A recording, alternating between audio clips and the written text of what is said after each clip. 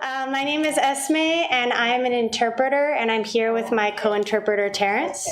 Yo me llamo Esme, yo soy intérprete y estoy aquí con mi co-intérprete Terrence.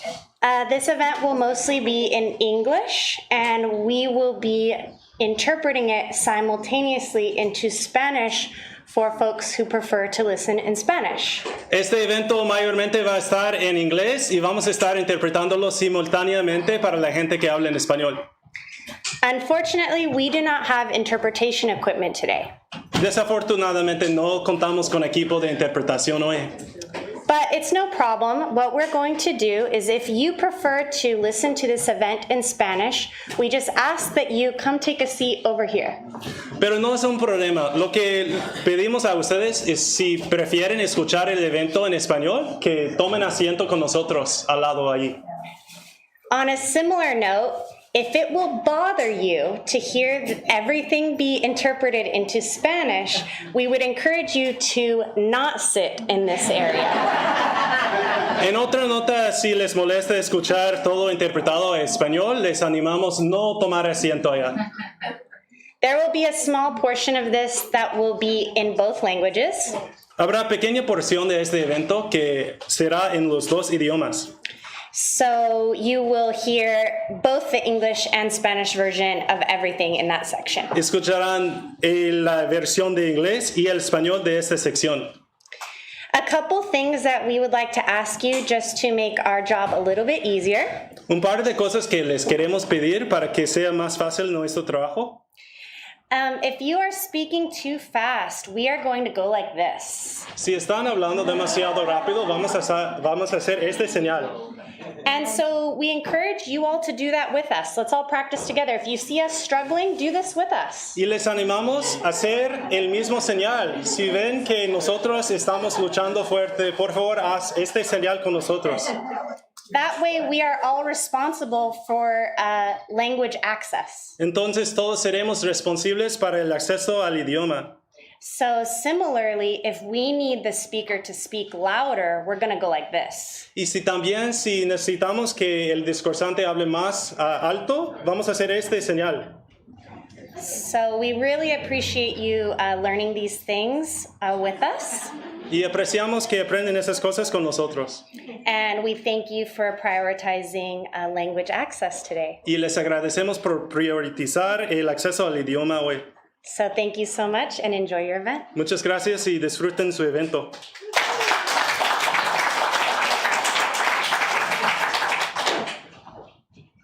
Wow, thank you both for that. Wonderful to have you here, and wonderful to have all of you here. My name is Quentin Ring. I am Beyond Baroque's executive director, and we're very thrilled to be hosting today the opening of a project and an exhibition that has been 2 years in the making. That is, where has all the affordable housing gone? This is a very special project for us, and I'm very glad that it's sort of coming to fruition under the leadership of Judy Branfman.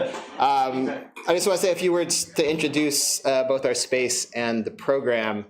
For those of you who don't know, Beyond Baroque Literary Arts Center is Los Angeles' oldest literary institution. We are 55 years old this year.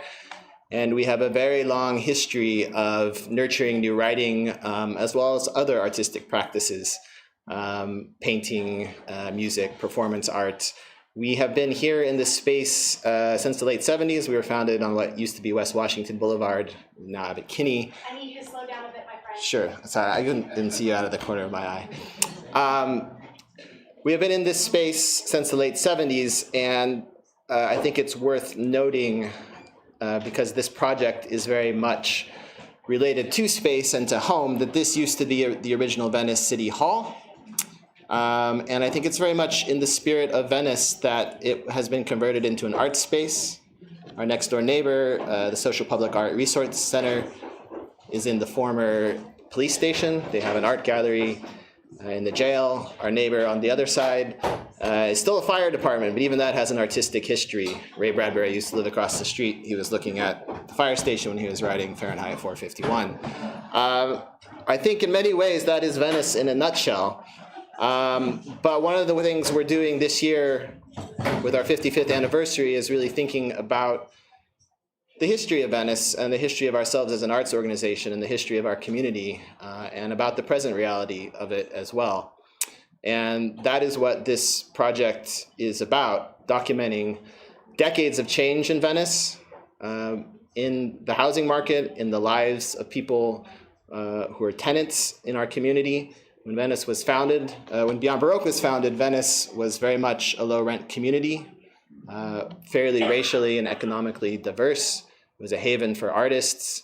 Much of that spirit still remains, but what has happened over the course of our history here is there has been a concerted effort on the part of people with power to gentrify Venice, to raise rents, to remove tenants from their housing, from affordable housing, to take affordable housing off of the market. And anyone who's been paying attention has known for a long time that has a huge impact on people's individual lives, on the people that are affected by this process. I think what we're seeing more recently is the collective effect of that as well. I don't think anybody is unaware of the fact we have a massive crisis, homelessness crisis in Los Angeles and Southern California. And it's all deeply related to the issues that this exhibit addresses. As an arts organization, we could very easily, say, oh, we're here to have writing workshops and put on readings and performances, and we do that every week of the year. But we're also deeply involved in this community. We've watched this community change, and it was extremely important to me and to our entire staff and board when Judy Branfman, who's the project director, came to us and said, I really want to put together a program that documents the loss of affordable housing in Venice, that makes it a public exhibition, that puts together public programs around it, that we say yes to that project, because these are the issues that matter to all of us here in this community. It matters to me personally. I'm a tenant in Venice. I have rent-controlled housing. I've seen people lose their housing. I've seen people be harassed, and it's not right. And it's something that needs to be addressed, and it's something that needs to be understood as a series of choices that individual landlords make. Thank you. It needs to be understood as a series of choices that individual landlords make, but also that the city and other government entities have allowed to happen, and in some cases have colluded with landlords to let happen. We do have the power to change that, to put pressure on our elected officials, to put pressure on larger organizations and groups, and this is part of what this exhibit is. And so I'm really thrilled to be able to host it. It is a participatory project. Many people have helped with it. It's still evolving as an exhibition. It is open until November 4th. It will continue to be added to in that time. There will be more programming associated with it. But for now, I just want to thank all of you for coming. And I really want to thank our staff who have worked on it, Eric Alberg, who's here in the booth with us, Janice Perez in the bookstore, Yvonne Salinas, our programs coordinator, Jimmy Vega, our assistant director who couldn't be here, the many participants in the project itself. I think Judy will thank them as well, and they're listed on the exhibit wall. But above all, I want to thank Judy Branfman herself, who's the project director. It's been an immense amount of work. There's been workshops going on for months. There's been exhibition planning. There's been research. She's really done an amazing job, and it's just a privilege to be able to host this exhibition. So, yes, thank you.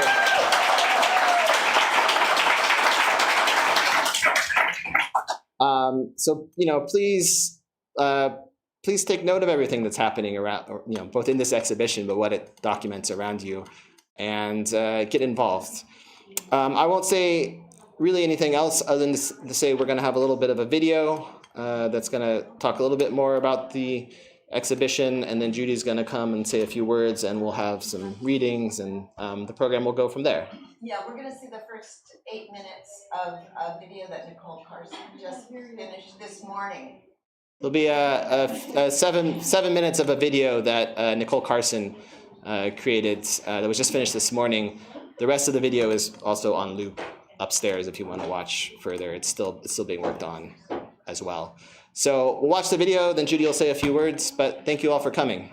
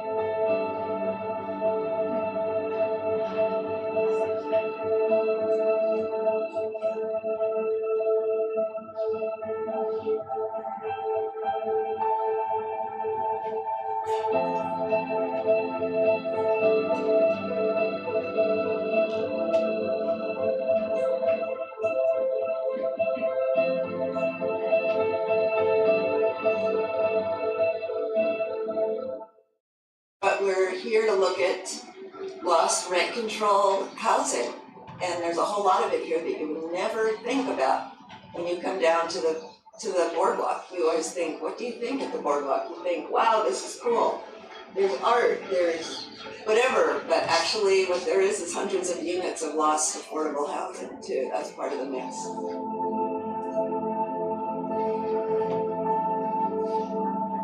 This was sold for $10 million, and if you go on Zillow, these kind of overnight short-term rentals are renting for at least $2,000.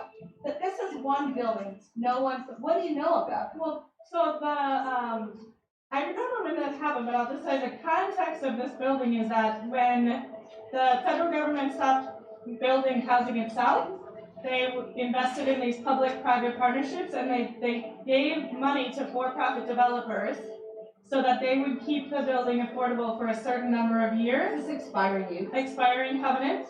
And when the covenant expires, the owner can do whatever they want, and the city cannot prevent it. It puts all the power in the owner's hand.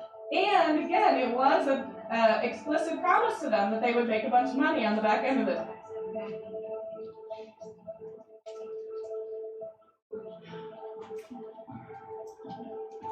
Ever since I was born, that is my butt. I've been coming to Venice. I've had family here since the 20s, I guess, off and on. So it's been a place that then later, my grandparents moved here in the 60s, and it's one of these wonderful tiles, these old 50s apartments, and I just would come in here on the weekend.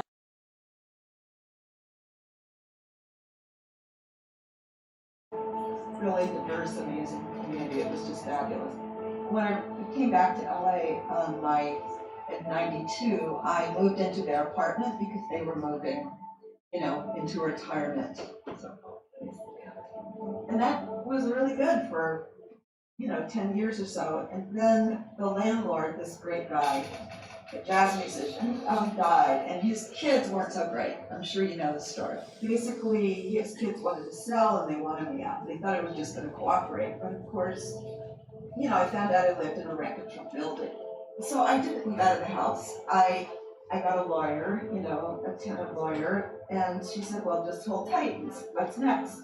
So the next thing that came my way was this letter, occupancy by the landlord. And I went to see where she lived. There was a team of people who bought this house. So, can't really call her the landlord, but she was part of the crew that bought it.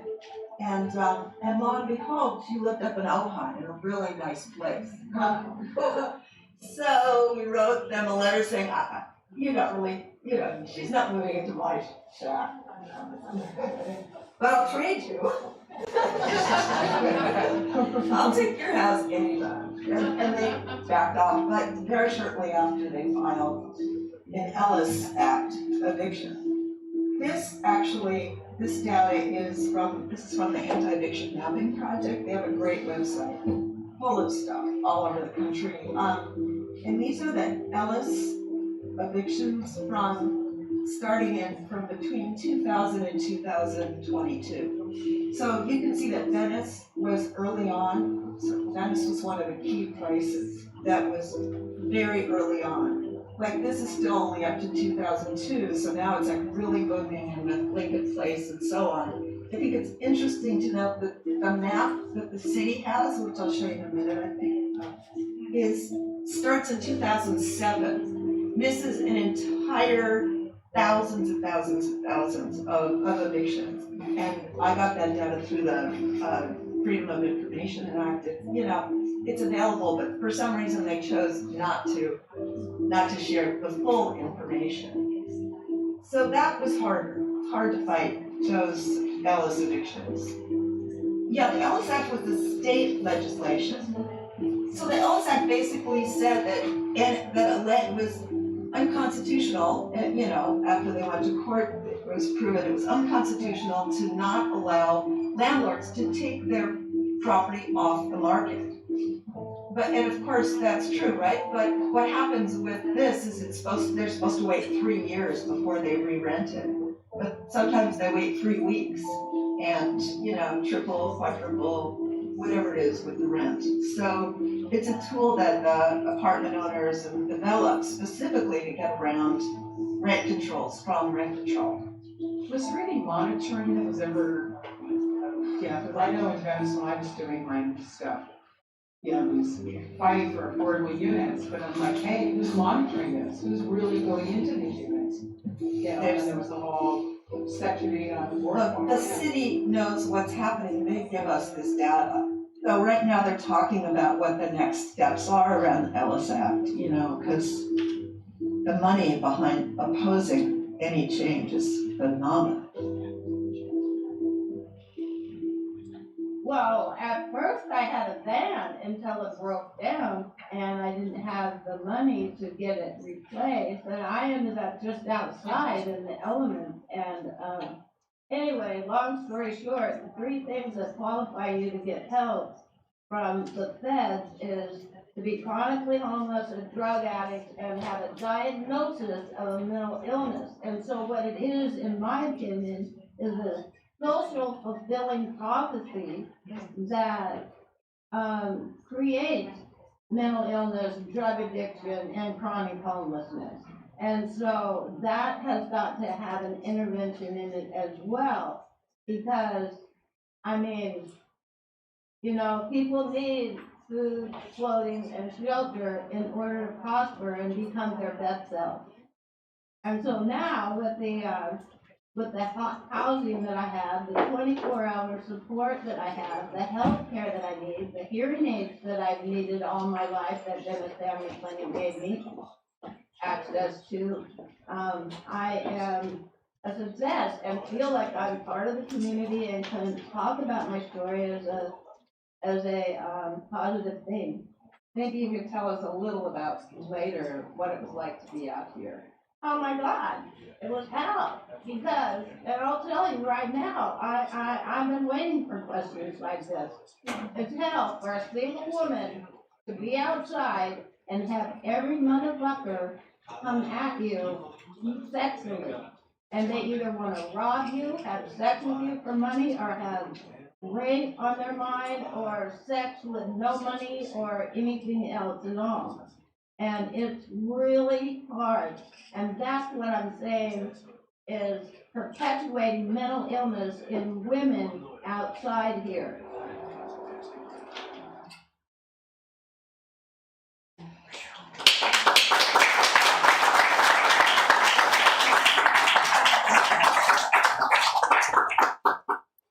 Oh, wow. Are these lights necessary? Okay, well, hi. Oh my gosh, thank you all for coming. And, I want to thank Beyond Baroque and really so many fabulous people in this room, but I especially want to thank the folks who have been part of this project. Would you stand up? All the people, there's a lot of people here who participated. Come on.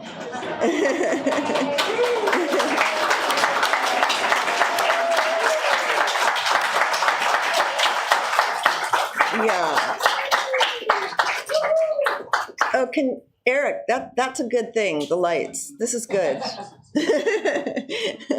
Thank you. Yeah, so, I said plenty in that. Oh, my God. The rest of it, I'm not in it, so don't worry. It's like, and Quentin, laid out the scope of the project. So I really want to thank the folks who joined in these workshops and, who both took photos and talked to us and shared their stories. And, it was just really fabulous. And I think most of us felt that way, like that being together was the best part of the project in some ways. And when it ended, it was like, oh no, this is really sad. Because every Saturday we met for like 6 or 7 weeks. It was really great, except when we got COVID. Ooh, sorry. Okay. So, many thanks to Beyond Baroque for hosting this project. It's not everybody when you come and say, yeah, we want to go look at all those houses that have been taken off the market. Like, you're looking at some unusual people, right? But Venice has a lot of unusual people. Here we are, so there's a lot more. And and Beyond Baroque has been that place for us. We've had homeless campouts here over the years. We've, it's always open. People are saying, oh, we'll just do it at Beyond Baroque. And then Quentin's like, oh yeah, sure. So anyways, many thanks. And to all our folks who, who've done all this work. And, everything here is done more by some than others. The map is photos by at least 20 people. And there's all different pieces. Tom, let me say what we're going to do. We're going to hear some poetry, because we were here, had this fabulous opportunity and worked with some poets to write about some of what we were seeing and doing, and did some really fun, interesting things. Then we're going to have a discussion with Jovita and Walt and Milton about some things that are going on that are exciting here in Venice and in the city. And then we're going to ask you to fill out an evaluation that says how great we are. And then we're going to take a tour, just try to be really quick, starting at each piece so you don't miss it, and going upstairs. And yeah, so we'll try and be concise. Good luck. And yeah, I won't even tell you that my pieces aren't done, but everybody else got theirs done. So that's really good. So yeah, let me just, this is just part of this amazing movement in LA, housing movement. I mean, Venice has been at it a long time. It's just growing and growing. It's phenomenal. I mean, yeah, it's an amazing movement. So I just like to think of this as being inspired by that and being part of it. But before we move on, Eric Alberg truly is, I want to thank him back there. Yeah. If you bring him a tech challenge, he loves it. It's so lucky for me. That's really great. So I just want to say, which I hope I wrote down somewhere, our partner organizations who sent people and, and just have been great. The Venice Arts Council, Venice Community Housing, the Veterans for Peace, LA, Westside Local-LA Tenants Union, and they didn't really say that, but this movement for language justice is, really taken root in LA Tenants Union. It's very exciting. So, I mean, this is a commitment here that we're part of. It's, it's really beautiful. At Keep Neighborhoods First, the Venice Beachhead, of course, if you get on them, they will publish. It's great. They will put stuff out and the community sees us. Jane Taguchi Graphic Design, and KPFK has become our media sponsor. That's really great. And then there's our funders. which is the California Arts Council. That was a good one. California Humanities, awesome friends. The LA Department of Cultural Affairs through Mike Bonin, and the County of LA through Sheila Kuehl. That's, you know. But so now we'll move on to the next quick part here, and that is that we have two wonderful people who are filling those shoes. Sheila left, but we have Lindsay Horvath and Assemblymember Tina McKinner here. And so I was going to ask Amy Wheeler to introduce Amy Perkins from Lindsay Horvath's office, who I think is, I didn't ask, her housing deputy, I'm assuming, because she knows the business. So if you would like to say a few words, that would be great. Oh, do you want to? I mean, yes, always. I don't get the right to stand up here among people who are doing all this work. I represent Supervisor Lindsay Horvath. She was elected to represent the 3rd District. Oh, that's way too fast. You're talking, and you don't have to, you can stand up. The mic is really good. I speak very quickly always because there's so much good work happening. But I do want to just send, if you're unfamiliar with the supervisor, she's incredibly interested in Venice. She is I don't know that she's the first renter elected to the Board of Supervisors, but she's certainly the only renter on the board now. And yeah. And among many priorities for the supervisor in this incredibly beautiful and incredibly broken county, and this incredibly beautiful nation and incredibly broken nation, I think the supervisor has many priorities. But I was the first hire she made of any deputy, and I work on housing and homelessness because that was her very first act when she took over was to declare the state of emergency on homelessness in LA County. She followed LA City. And then one thing I'd like to say is on Tuesday at the board meeting, part of what we've added to our emergency declaration on homelessness is a 4th pillar, which is what we're calling eviction prevention. You'll find it interesting that, ultimately what that does is any entity within the County of Los Angeles working on keeping people in their homes can use all kind of expedited hiring authorities, so contracting authorities. Oh gosh, this is so slow for me, so I will. They can use, okay, yes. So we have agencies within the county that work on keeping people in their homes. We're obviously trying to completely scale up countywide a right to counsel. We are funding Stay Housed LA in partnership with the city. Adding eviction prevention, we think is important. It's the beginning of a conversation at the county. I'm trying to separate some of the focus. Homelessness and evictions are obviously intimately tied, but we can't just look at the homeless service sector and say, you have dollars, now use them on the 75,000 people experiencing homelessness in Los Angeles, while also keep everyone else who's rent burdened in housing. So what we're saying is no. We need to keep the people who have already fallen through the safety net need to be helped and put back into homes, and all of those at risk of losing their housing need to be protected. That requires additional investments, additional policy, and all kinds of advocacy at the state and federal levels. So I'll stop there, except to say this is our priority. It's number one for us. Every meeting I have with the supervisor, she starts with, what are we building? What's the city building? How can we support the city? So we understand that connection between more affordable housing and keeping people in homes, in communities they call home, in homes they can afford. So I'm honored to be here and a part of this, and honestly, just at the beginning of this work in many ways. So I thank you for the education that I expect to be provided. So thank you so much.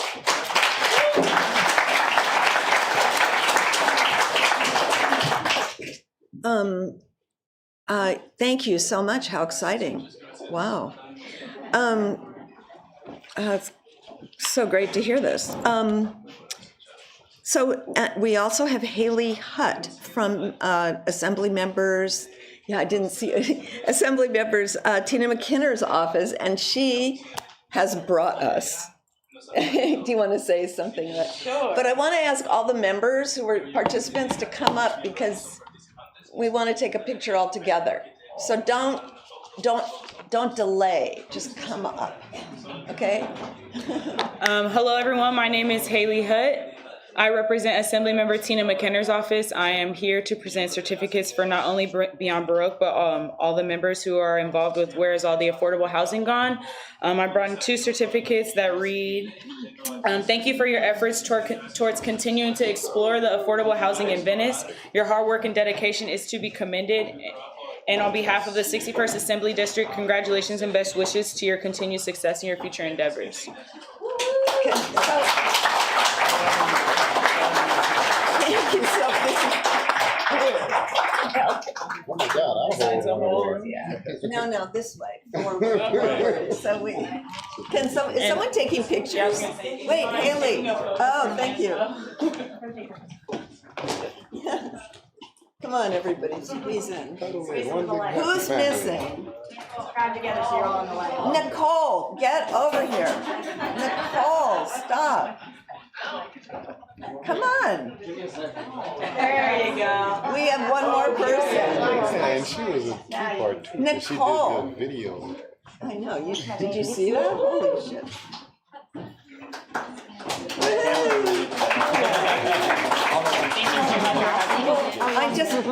I really want to thank Tina McKenna. Thank you for coming, but I know she's been like a support. Absolutely. Through all housing in Venice, we're at every meeting to support, and if there's anything that our office can do for you at a state level, we're more than happy to help and assist. Yeah, so this is also really good, great news for. Can I give you this? Thank you. So, I was told that I should make it clear what the Ellis Act is. Should I do that in 2 minutes? Or is that not clear? Okay, so slowly. The Ellis Act is, it sort of, has said vague here and there, but it's a statewide act that essentially the apartment owners and friends passed to undermine the strong rent control that maybe 10 years before had been put in place, or that was able to be put in place. At that time, you could have rent control that where when someone moves out, the unit is still controlled. That's vacancy control. But then, so in order to get around that, they developed the Ellis Act, which defined several ways that you could eliminate rent control units. One is the owner occupation thing, which is only allowed 1 unit, not the whole building, but in theory, someone has to live there 2 years or full-time. They're only, so it's an owner or a family member. And the Ellis Act is actually, shuts down the whole property and takes it off the market, in theory. Of course, that doesn't really happen almost ever, but and you'll see upstairs we have it broken down all in one place, so you'll know exactly what the Ellis Act is soon. But I think, and then recently they added or linked the tenant anti-harassment ordinance to this, because I guess any place that rent control is in the city or whatever is tampered with, that falls into the Ellis Act, sort of, it seems like. But there's a lot of confusion. Research doesn't get you too far. It's a big mess. And the stuff you find on the city's dashboard it changes week to week. It's not always truthful. It's a form of shorthand for something. It's confusing. And these things are in like 10 or 12 or 15 different places. There's no one place where you just, here it is. So we have done that for you. Yeah, and I guess the real message that Quentin mentioned is that the city is responsible, and they are not monitoring or implementing the law. And that's the bottom line, and that's why this is happening. So it's really simple, right? there's, they're not implementing the tenant anti-harassment or any of the elements of the Ellis, and many other things as well. But our point here is this housing that we're losing at huge rates. So that's kind of the, how to attack that. Hopefully we'll be working with these folks we've heard from and trying to remedy that in some way, because it's unacceptable, and there are many tens of thousands of units gone in LA, Okay, so on to, like I said, we did some writing. We had a really great time. So we're going to hear from 5 poets, maybe 4. I don't see Naomi here, right? Okay, well, that's too bad. But it also means our translators have all 4 poems that we, thank you for coming. What? Oh, yeah. Boring. Yeah, sorry. We thought we were being funny or something. But the poetry. So we're going to hear first from Ivan Salinas, who works here at Beyond Baroque. Yeah, this is a preview. Yes. And then we're going to hear from Pat Raphael, who's one of our members. And I suspect Pat is going to do some minor explanation, because then Auntie Sumaya will be next, and then Tom Lachis, who is a poet and an educator, and Pat's a writer, and Auntie Sumaya is an amazing activist. So I'm just going to ask you to come up one at a time. So that starts with a bang, I think. It's all new to us, right? What's on paper is now comes to life. Thank you. Also, just to note, my name is Ivan. I'm the programs coordinator at Beyond Baroque, but I've been working in Beyond Baroque for 2 years from the San Fernando Valley. A lot of the issues that experienced here in Venice are also in the San Fernando Valley, so stand in solidarity. Beyond Baroque, I rent a fence after I junk my car and use the change to buy me some more pens. I rent a fence for $1 and build myself my first home ever, made entirely out of barbed wire. I find fence sobre cualquier frontera and cut a circle pa los que vienen en camino. ICE builds an illegal fence to cage children and leave them on display for white homeowners to ask, where will my children play? Mutual aid brothers rent a fence on Sundays and give out home-cooked meals outside of the mission church, doing the work the Lord refuses. According to the LA Times, the chain link air quality is the reason why unhoused people like to live in public parks. Orange County believes tent encampments cause the oil spill to the Pacific.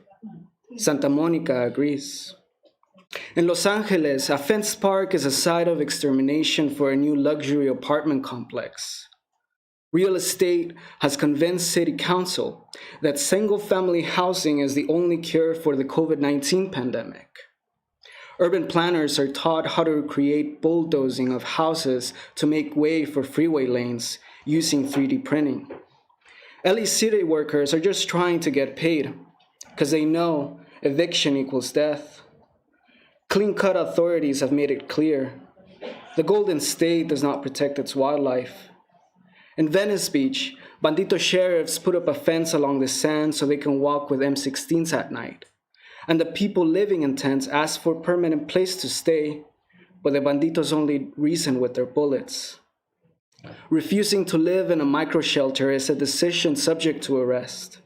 Starving under the shade of this palm tree is a decision subject to arrest. An elder veteran in the street on a wheelchair is especially subject to arrest. The mossy ghosts of Manasar Gamboa and Jim Morrison rise from the Pacific to remind the sheriffs to go fuck themselves. Wanda Coleman will write ACAB on the gray faded walls of the Venice boardwalk because LAPD will forever be a drag. Mike approves a monument for poets next to illiterate surfers and showerheads with revolutionary intentions. In the name of Fred Dewey, Can someone illustrate to white men the full meaning of the white savior complex in public?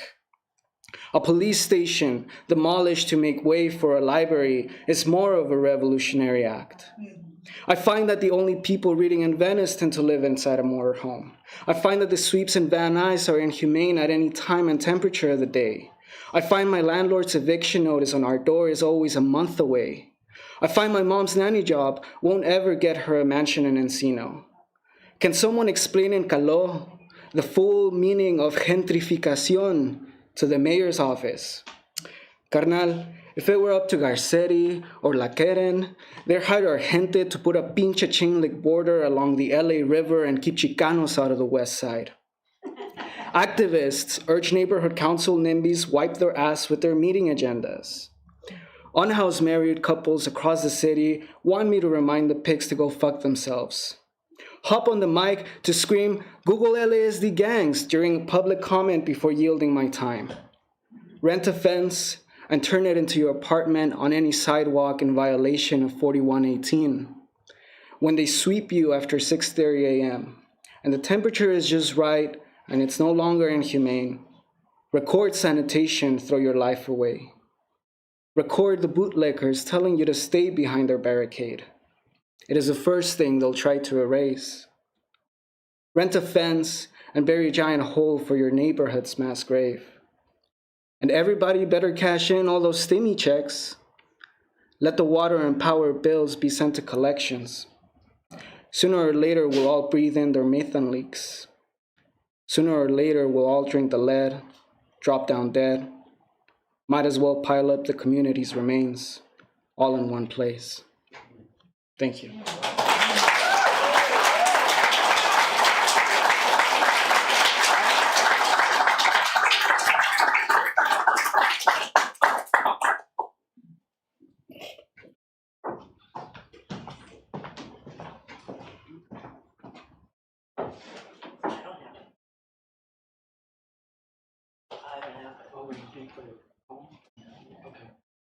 Can you go? Sumaya, do you want?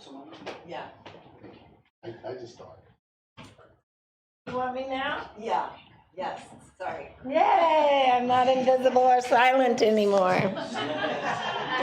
I noticed in the video that, well, I want you to see my very beautiful, clean outfit, brand new.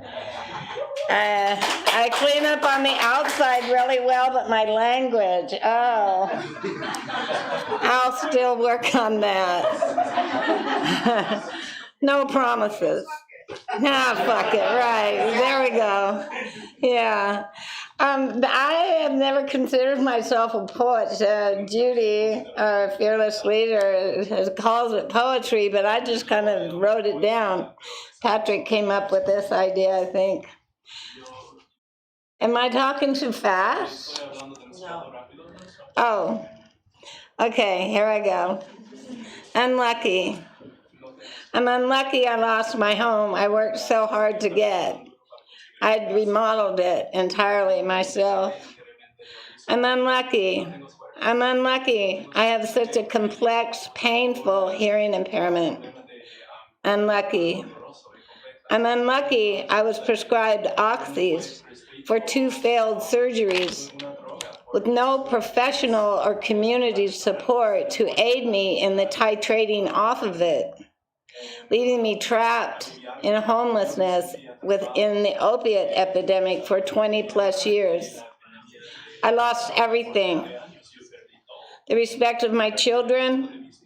I don't even know my granddaughters. I lost all my possessions, all my photos, every one of my keepsakes my grandma Edna had given me. But I'm lucky. I'm lucky I met activists like all of you who care and have compassion for people like me and my other brothers and sisters that are living on the streets. I'm lucky. I'm lucky I was able to gain entrance into the Bridge Path shelter. It was at the onset of the pandemic, before they had to shut the admissions down to all of the others. I'm lucky. I'm lucky I qualified for Venice Community Housing on Rose Never, never, ever did I imagine I'd be safe in an apartment in Venice. It's given me a purpose and a new lease on life, when clearly I was planning and ready to give up and die. I'm lucky. I'm lucky I found Venice Family Clinic, and I had Obamacare helping me to get some very unique hearing aids. Lucky. I'm lucky I'm not so warped by my own PTSD and survivor's guilt that I can still feel empathy towards others. I wonder who I can become now. I wonder if our collective activism will even make a difference. I wonder if in this rush to the future, if people will slow the fuck down and quit blasting their horns and scaring us people with disabilities who walk, ride bikes, roll in wheelchairs, or run. So we, all of us, can make Venice the best little city in the USA. Giving people a safe home regardless of age, regardless of race, regardless of class, gender, color, creed, tribe, religion, absence of religion, national origin, sexual or affectionate preference, political affiliation, or diverse abilities, so we can all cohabitate. I just wonder.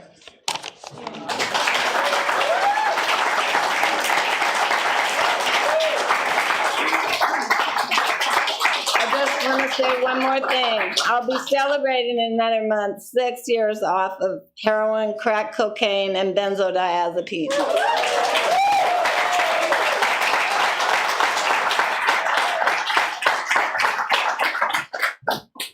I just want to say a word about Auntie Samaya. I think she was a very good example of what we can do right as a society. She was on the boardwalk for a long time with me. I've known her just as a neighbor for a long time. And to hear the gratitude with which she expresses the current state she's in as compared to what she was dealing with, I think this was a good reminder while we were working on housing to see how we can restore even when things have fallen to the lowest place it could have gotten. So the phone is locked. So the piece that Auntie Samaya just did, the Lucky Unlucky, it came from a narrative that we heard. I think it was Chris that was telling us his story of how he lost his housing and then eventually was able to come back and then see some violations, and because he saw some violations, he was able to pursue it a little further and then, get housing again. But what kept on pricking my ear every time I heard it, I kept on hearing him say, luckily this, luckily that. And then all these 1,000,000-to-1 shots of luck had to come together in order for him to kind of get some sort of good outcome with the housing situation he was dealing with. And that's what gave us the idea to write a collection of poems talking about lucky unlucky. So this was a workshop, so I'm not really a poet. I'm more of a essayist, but I think one of the cool things about the workshop, you get to try something that you might not, that's not within your comfort zone, and then even if it's not, I don't know, Jane Austen or something, but even if it's not something great, but you could still feel like you got a chance to create it, and it came as a result of the moment. So this is what we're reading. We're reading the Unlucky and then Lucky. Unlucky that the landlord died? Nah, that's just the circle of life, the one we've been hearing about all along. Unlucky that the kid, a fresh-faced new landlord, right out of the inheritance lawyer's real reading, is seeing dollar signs and wants to sell? Nope, that's just a clean break when nothing is compelling to stay in community. Besides, look at all the millions he's about to have. Unlucky that the new landlord wants to recoup their investment with higher rents? No, that too is just the market capitalism. And this free market, we were told by the wolf, was good, isn't it? Unlucky you. You're just the struggling renter hindering the big bucks from rolling in. Now let me make you feel lucky by offering you some measly bucks for your keys. And we learned that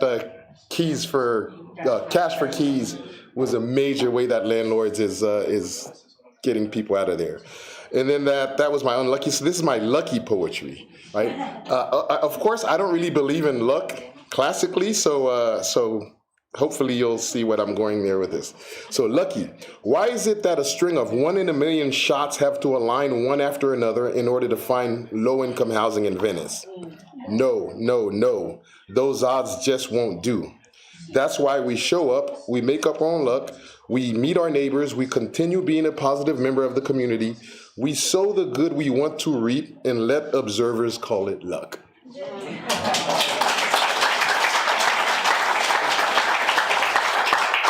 And thank you, Judy. This was such an important project.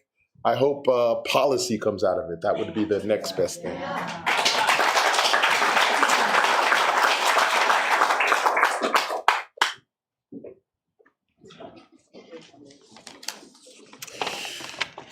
So Judy mentioned the tenant anti-harassment ordinance, affectionately called Tahoe. Tahoe is actually really well written. You'll have a chance to see it upstairs. There's more than a dozen protections for tenants against landlords who would attempt to coerce tenants to leave their units in order to take an affordable piece of housing and turn it into an unaffordable piece of housing. However, you knew there would be however. For a tenant to claim those rights, you'd think that the city would come to their aid, but that hasn't happened. So the tenant really has to file a lawsuit. The problem is that Tahoe is written in such a way that the attorney's fees may be paid by the landlord, not must or will be paid. It's one word in a piece of legislation that is about that big. So we were asked to write a bit about that. This is a found poem, which means that everything I say is actually in the legislation. Its title is Private Right of Action, which basically means the right to file a lawsuit. A tenant may, an aggrieved tenant may, a tenant prevailing in court may, the court may, the landlord may, a civil proceeding may use, may institute, may be awarded, may imposed, may be enjoined, may be commenced, may make studies and investigations. The following words and phrase, whenever used in this article, shall be construed as defined in this section.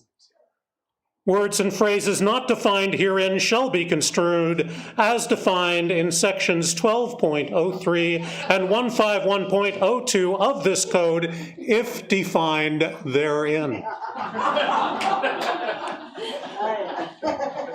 Shall may be construed. Shall may be defined. Shall may be construed and defined therein.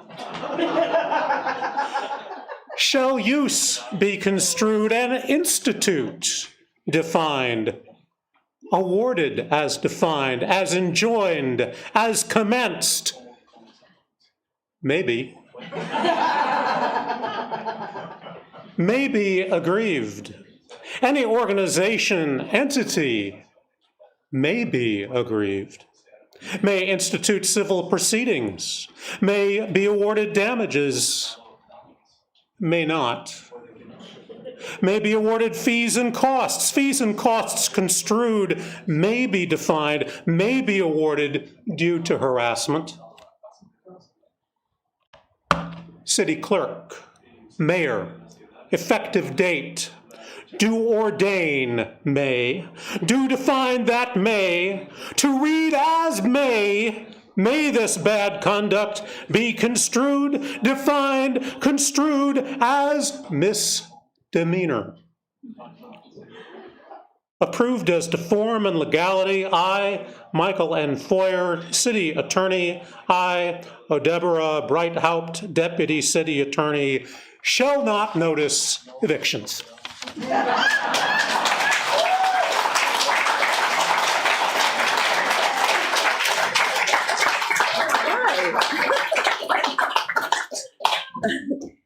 Yeah, so there you have it. I think that Jack Ross wrote a great story in Capital Maine about the Tenant Anti-Harassment Act. Since in the year and a half or however long that law has been around, there have been 6,000 complaints filed, and not one has been sent on to the city attorney. Not one. Yeah. So there you have it.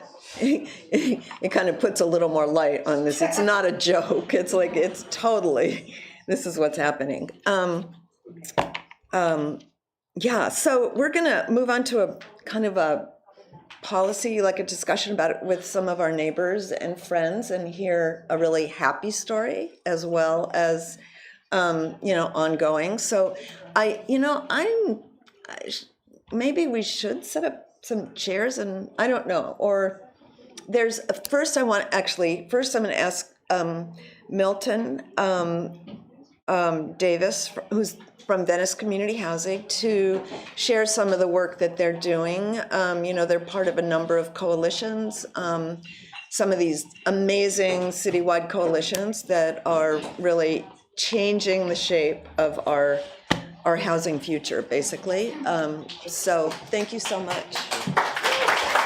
And yay! Yeah. I forgot to ask for T-shirts, but there are T-shirts if you want them. There are T-shirts. We actually are not very far, right on Rose and Lincoln. Sumaya and I are neighbors there in that building, actually. We share. We work there.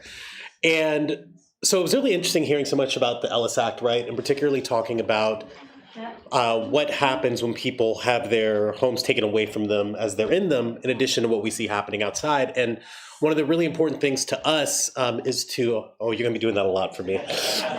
So one of the most important things to us really right now is also working to keep people in their homes, because that's the only way the work that we're currently doing now actually has an effect, right?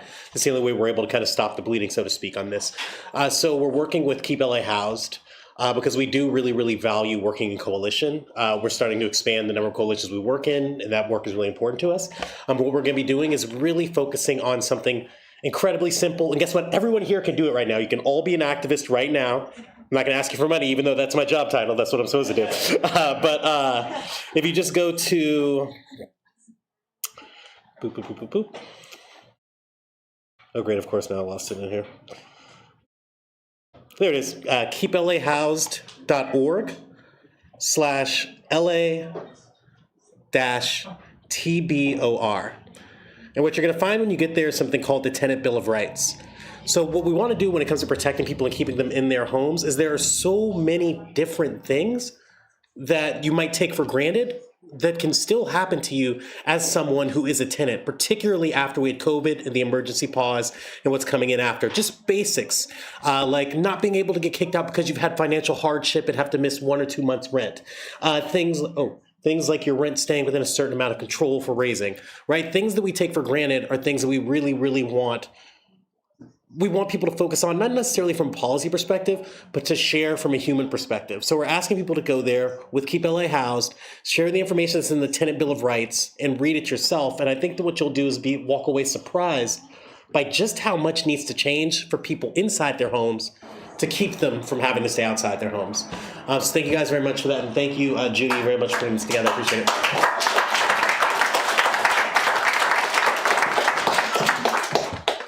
you. Yeah, that tenant bill of rights, that's like, that could be busy for a few years, right? I mean, it looks so simple on one little page, it's terrific. And we should have probably had it out, but we could do that now.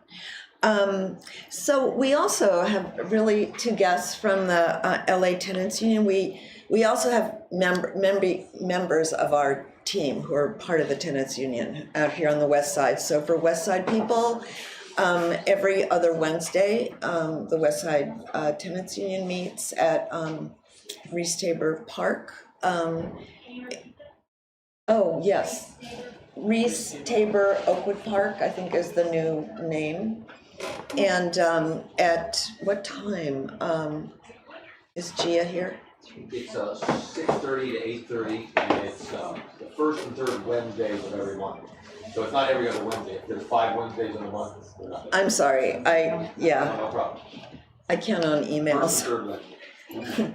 Great, yeah, and it's a really exciting. I just want to say one thing that I think people have forgotten historically because it's in the past, but the way that we got rent control in LA is that the Coalition for Economic Survival and mainly them organized tenants unions. Really simple. Tenants associations, and through that, when the time came, everybody was organized and had a voice, and so I just think it's really important to remember that. So we want to hear from Jovita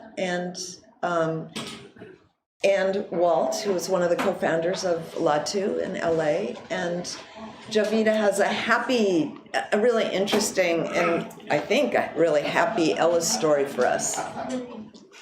Let me start briefly and then we'll be done, okay? Okay. Yeah. First of all, I didn't bring enough, but in terms of something else you can do, Latu Stop the Rent Hike, we have a campaign, freezerent.org. You can pass these because we're talking about one of the things. If you're a couple, maybe you can share because I didn't make enough for everybody. But one of the things that we fight, as many people have talked about, is to defend our homes, to stop evictions, to keep us from becoming unhoused. One of the things that is about to happen now legally is the permission for landlords to raise the rents starting February in all RSO buildings, rent control buildings, from 7 to 9%. Every percent raise has been shown to increase people living unhoused on the street by at least 4,000. And this is now 7% or 9% if they pay. So we are using this as an opportunity to reach out to tenants across the city to say that we can fight back. We are in a war by the landlord class against us, and they use many different tools. But one of those tools is to bend the laws to operate in their favor. And the rent control law, which is supposed to keep us in our homes, in this particular case is allowing a very high rate of increase because of the high rate of inflation. It's kind of a catch-22. And however, it can be stopped. So there's actions that you all can take to support us, but we can talk later. But basically what the Tenants Union does is to fight to organize tenants and our allies on the ground in our neighborhoods across the city. We started 8 years ago when the tenants movement before had reached kind of a low ebb. There were not organized tenants unions. We now have 14 neighborhood chapters or locals and about 60 or 70 tenants associations of buildings or blocks. And we are fighting to build this across the whole city of LA. We've got a long way to go, but in 8 years we've come a long way. So check us out, LATenantsUnion.org or this freezerent.org is that one particular campaign. But back to the Ellis. I'm a survivor of an Ellis eviction and fighting and having struggled against it. Started in 2015 in the Los Feliz, East Hollywood neighborhood. We ended up losing, but in the process of losing, we helped found the LA Tenants Union. Because we discovered that to fight, you can't just rely on know your rights. Maybe the rights have been defined by the landlord, so knowing them is one step, but it ain't enough because the rights have to be fully actuated and realized on the ground, and often that takes a fight. If you just rely on the courts, you're probably gonna lose. But we fought through things like having public attention, marches, going to our elected representatives and demanding action, putting up signs over the neighborhood, organizing tent encampments, and ultimately, like I said, we didn't win, although later we went to court and won after the fact judgment of $1 million against the landlord for fraudulent use of Ellis. But one of the things that we're doing is saying we've got to, if you're going to defeat Ellis, ultimately it needs to be repealed. That legislative friend can work on that. But in the meantime, you've got to organize to figure out ways to throw sand in the gears to slow it down, to find technical violations that you can hold up, but basically by refusing to leave. And Jovita's story is one of an unprecedented victory based on her determination to refuse to leave. It was helped by the temporary freeze on so-called no-fault evictions of the COVID era, and it helped by having a lawyer who was grounded in the tenants union and supported by us, and kind of with his feet held to the fire a bit sometimes. But also, you've got to figure out these things when they're coming. The cash for keys that the gentleman talked about, that's often the first stop. Or a new landlord comes in and says, you know, there's a new sheriff in town, you gotta leave. You don't, but a lot of people are intimidated just by the word. So you start organizing in advance to figure out how to get all your neighbors and your neighborhood aware and supporting behind you, make it a public issue, shame the landlord, figure out how you can fuck with his financing, anything you can do to slow down, because we haven't lost affordable housing. It was stolen or destroyed. And the only way we can fight back and begin to change the system to replace it with one that's based on human values, including the human right to housing, is by organizing ourselves.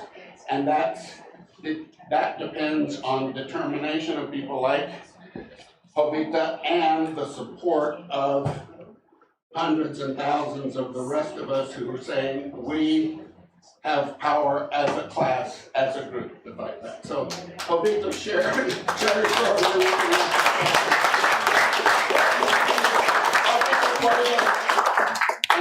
Guatemala is I'm proud to call her mi hermana. We're neighbors in Koreatown. Thank you, Juan.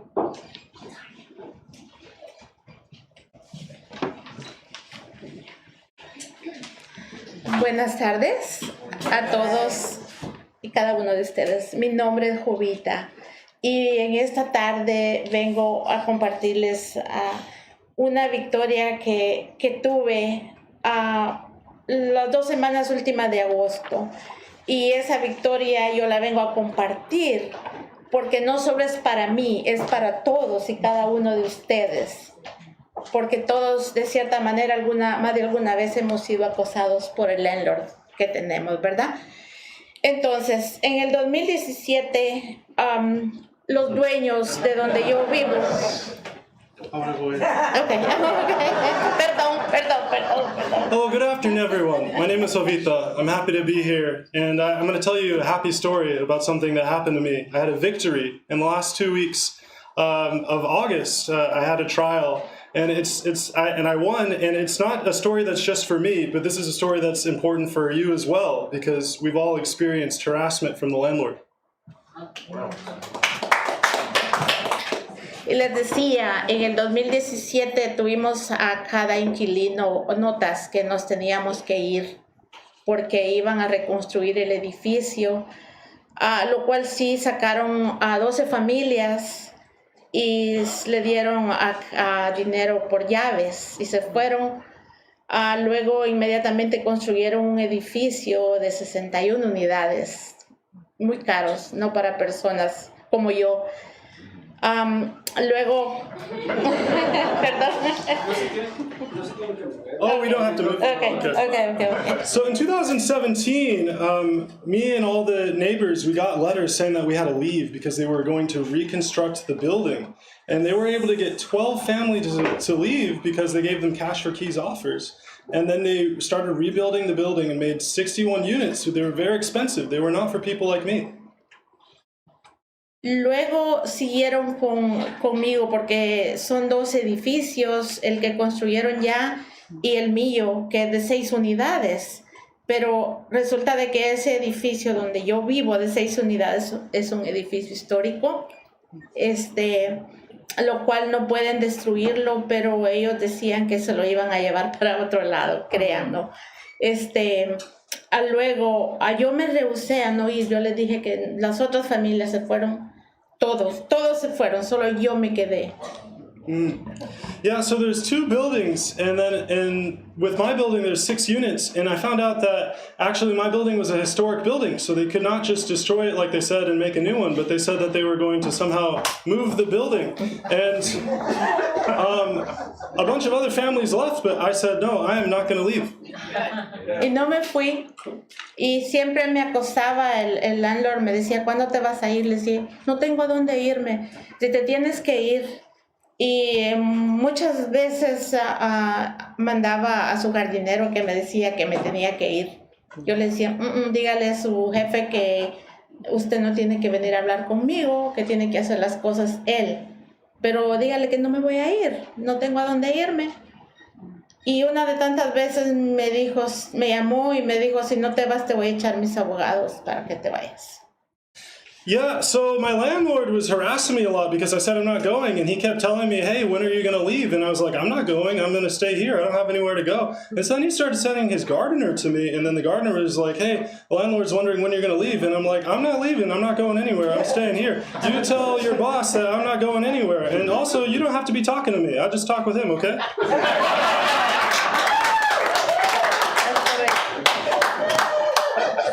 Entonces me llamó y me dijo, tienes que ir, te voy a echar mis abogados, y le dije, hazlo, pero yo sé mis derechos, hazlo.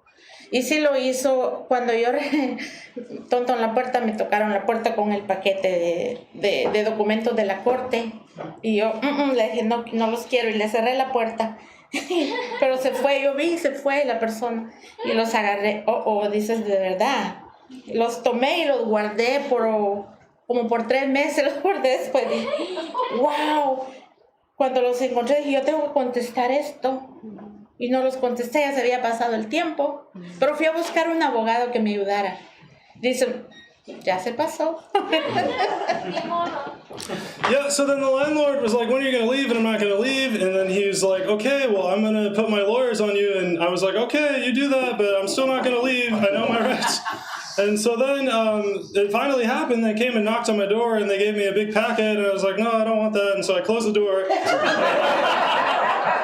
Then I opened the door, and I got the packet, and I was like, oh, wow, I guess they're for real. It says that they're trying to take me to court. But then I just let the packet sit there for like 3 months. And I didn't do anything about it. But then I realized, oh, I guess I do have to answer this. Oh, what should I do? It's past the time when I'm supposed to answer this. I got to go get a lawyer. And so then I got a lawyer. Me dijo la abogada que fui a buscar, dice, mijita, esto ya estuvo, ya tenías que haber contestado, ya es muy tarde, pero te voy a agarrar el caso, ¿ok? Te lo voy a tomar, firma aquí, lo voy a agarrar, pero una cosa te pido, un favor, mija. Ve al sindicato de inquilinos para que vayas a aprender tus derechos, ¿ok? Yo le hice caso, yo me fui al sindicato de inquilinos desde ese año. Estamos hablando cuando me mandó paquetes de la corte, el landlord, el 2019. Empecé yo a ir al sindicato de inquilinos. Ahora yo pertenezco al sindicato de inquilinos y yo ayudo a otras personas. Ayudo a muchas personas. Yo soy del sindicato de inquilinos de Los Ángeles, orgullosamente.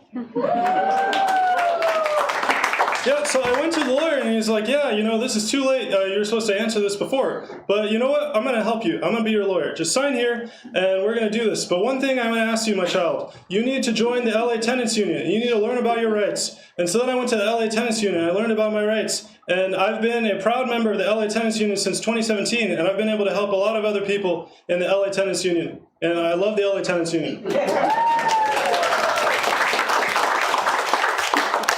Luego se vino la pandemia, la corte se cerraron y pasaban los ciclos bastante largos para yo tener otro documento de la corte. Y fue una batalla bien difícil porque había mucho estrés, no sabíamos qué iba a pasar. El landlord hacía mucha maldad con nosotros, iba a abrir a veces los otros apartamentos para que se entrara la gente de la calle. Le dieron fuego al edificio más de una vez.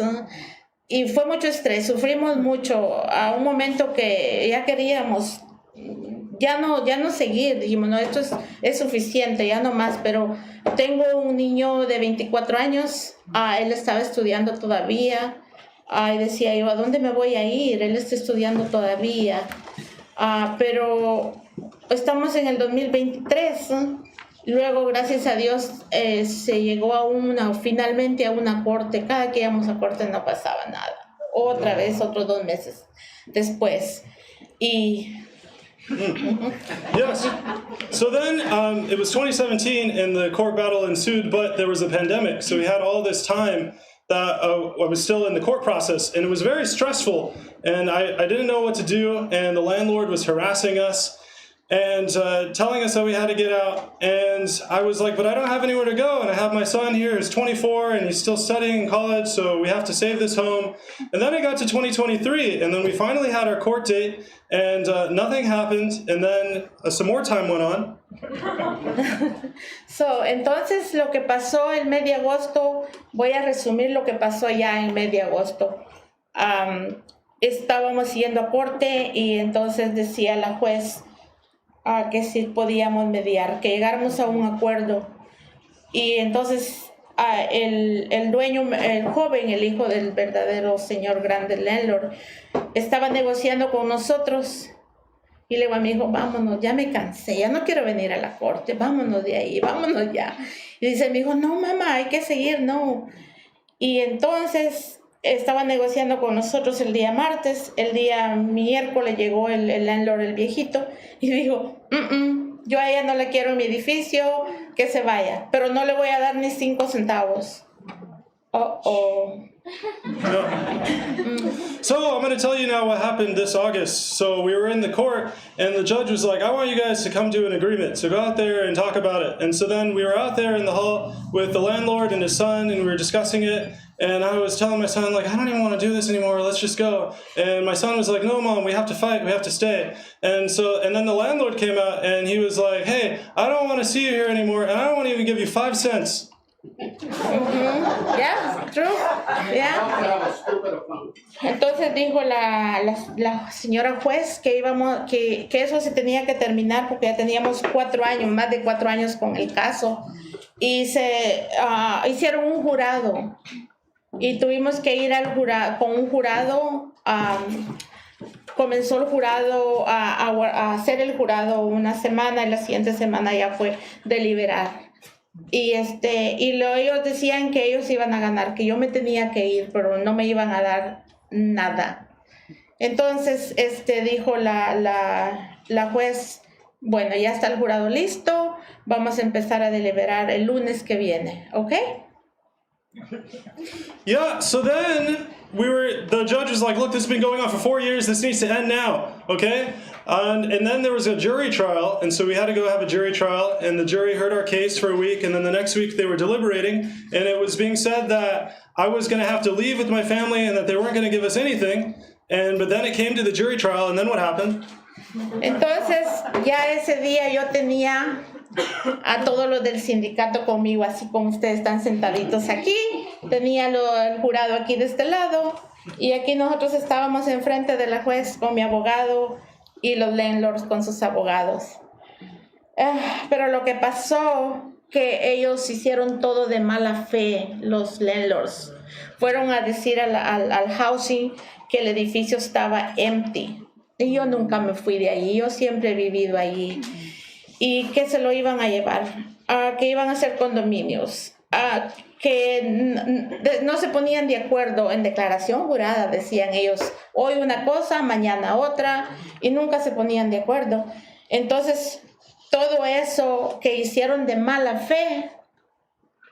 Yeah, and so then the court date came, and we were all seated here, just like you're seated here now. The tenants union was there supporting me, and I was sitting there with my lawyer, and the landlord was on his side with his lawyer. But what happened in the case is we found out that the landlord was acting in bad faith, that they had said one thing in their sworn declaration, and they had done another thing, that they had told the housing department that the building was empty when it was not empty. I was living there. I had never left.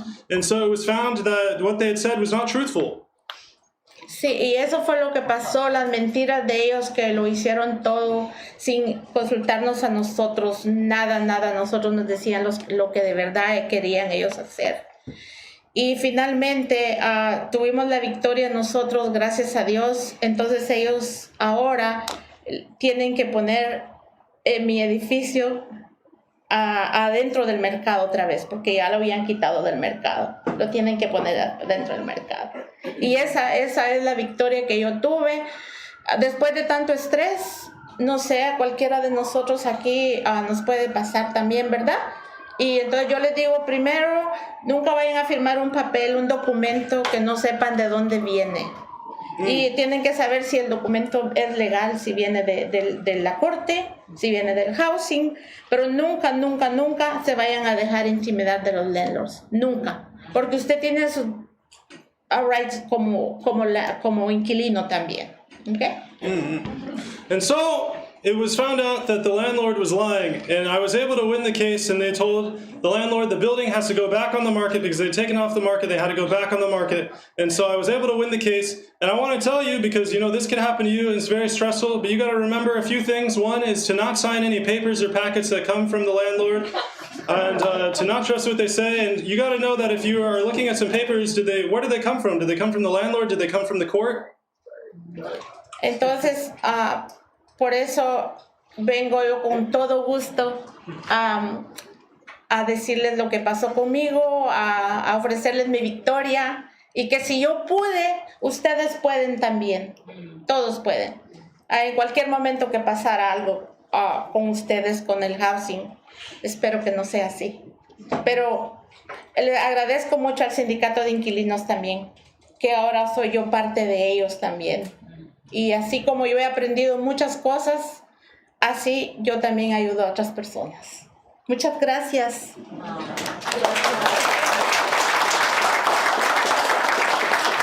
With great pleasure, I come here to share my story of victory with you, so that you know that if I was able to do it, that you can do it too. And I also want to give thanks to the LA Tenants Union, where I was able to go and learn about my rights. And now that they've helped me, I've been able to help others. And thank you so much.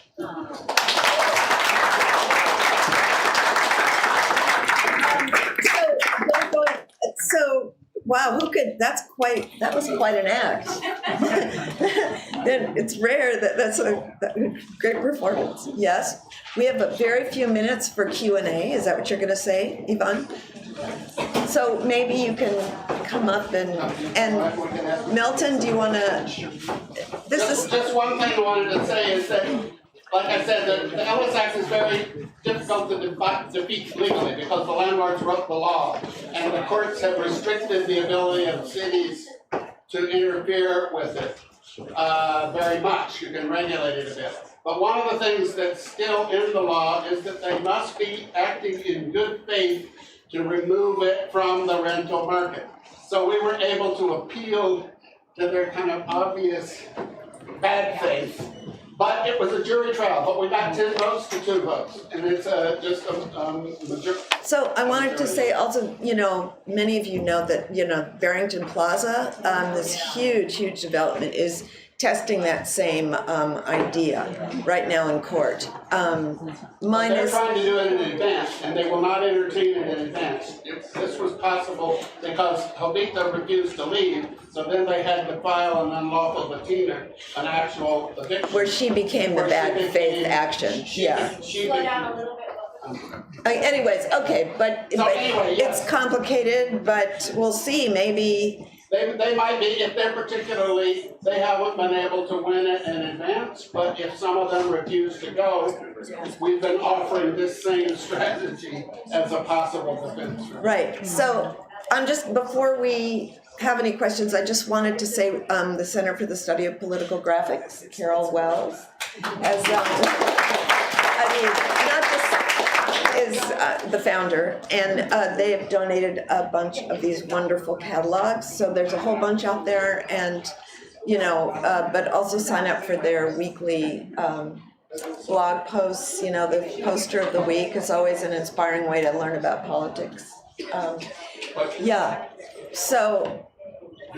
Yeah, we have time for a few questions. I want to ask the first one. And that is for Jovita. Did you actually didn't leave on your own before you were a member of LATU? You come over here.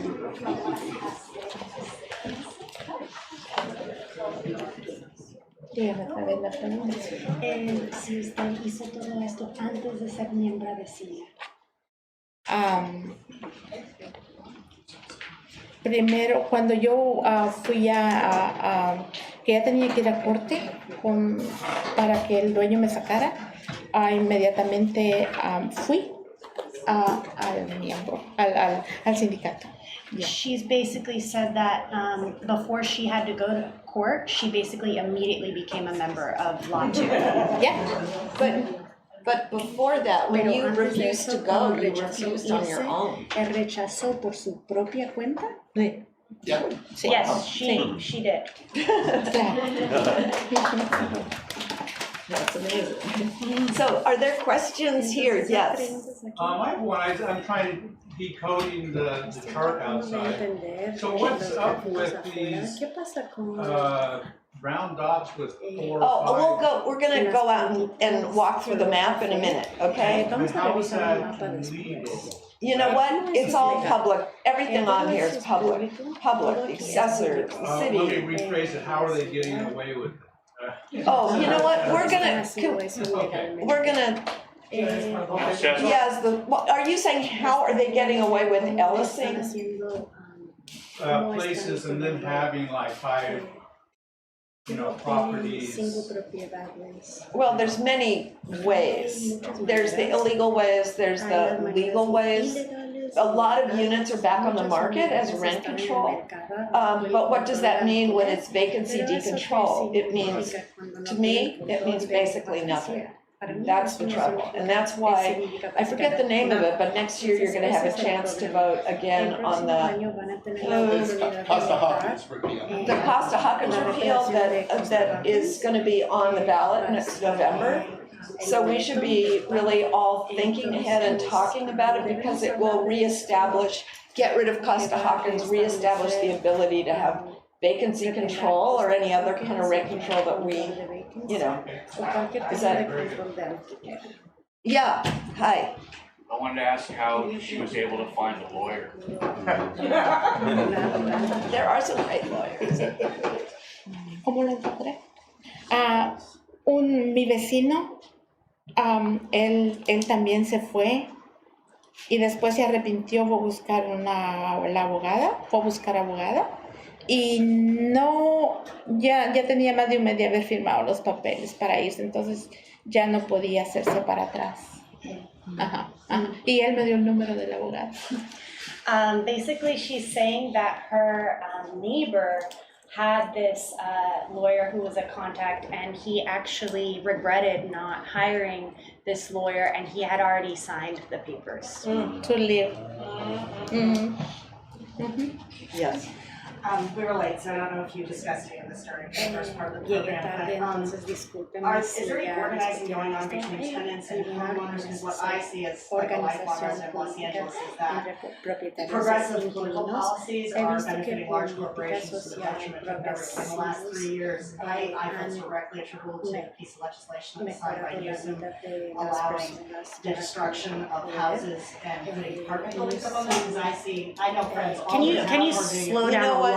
Yeah, and this is not something that we are, really, it's a little outside, but. Okay, so you guys haven't gone into any, like, 'cause I feel that piece of legislation, not just the Ellis Act, but what's going on with tearing down houses. Creo que se trata de destruir casas, es parte de lo que Yeah, there's many ways that things are happening. I mean, I'm not, you're saying that there's tenant, I'm saying landlord. that the laws that were signed by. If this is going to continue, I need both of y'all to slow down a Yeah. lot. It's okay, No, like a lot. If I go like It this, can't you slow down. Gotcha. This isn't here, but I recommend that you know, like, yeah, I mean, I understand. It's not part of this discussion. No.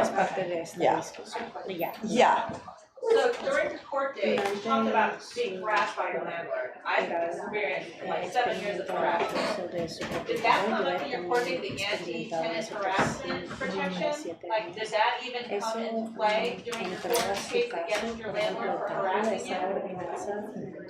Por ejemplo, como su propietaria estaba haciendo mucho acoso contra usted, eso salió de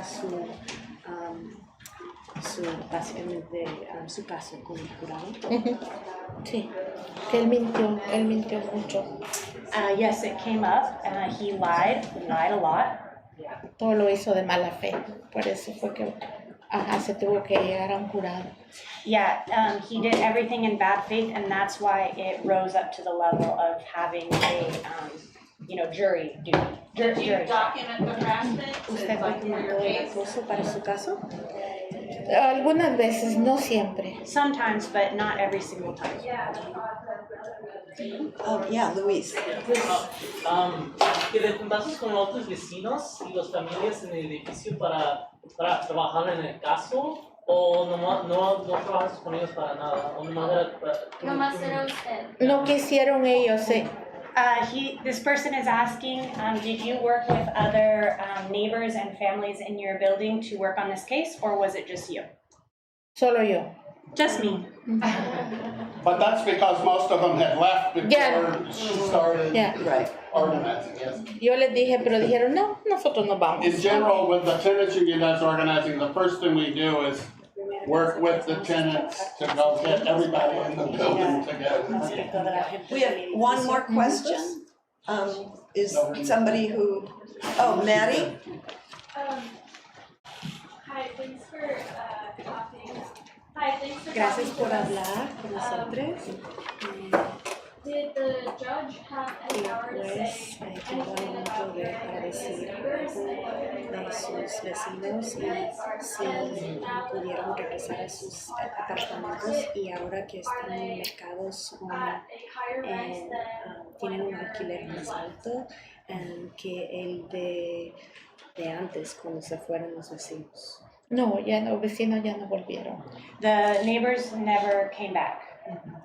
Were they asked if they wanted to? ¿Alguien preguntó a esas personas si querían volver? No.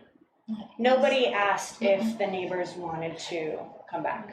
This particular case just was her eviction. so that it didn't have an ability to pertain to the other. But the Ellis Act does. The Ellis Act, in theory, you know, asks people if they want to return, but if they took a buyout. They took buyouts. Yeah, then it's over, I guess, you know, that's that. Yeah. So I think that, I'm sorry, I think we're probably, we want to do a little walkthrough of the show. You know, thank you. So we're just going to go out here. And thank you so much.